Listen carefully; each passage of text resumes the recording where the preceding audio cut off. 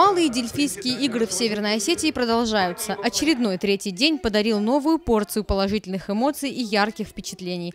В зале Дворца молодежи юные таланты со всех регионов Северной Осетии соревнуются в красноречии и артистизме.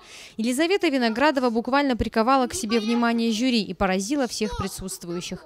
У жильцов при виде шприца сразу вытянулись лица. Не шутили мы с врачом. Мы, ей-богу, ни при чем. Сейчас я выступила на дельфийских играх с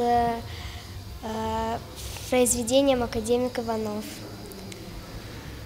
Меня пришла поддержать моя мама, которую я очень сильно люблю. Ну, я не надеюсь, что я выиграю, но будем надеяться на это все равно. В этом направлении выступило 30 человек. Это молодежь от 10 до 20 лет. В жюри известные артисты и режиссеры. Юмористические и лирические стихотворения создавали особое настроение. Который раз убеждаюсь, что у нашей молодежи просто безграничный творческий потенциал, что очень радует меня. Есть, конечно, какие-то проблемы, но, как говорится, не без них.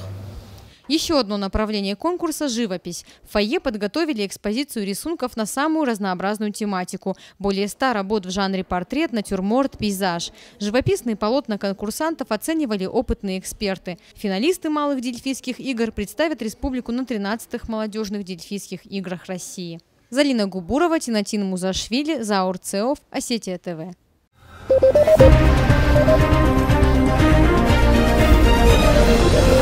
Thank you.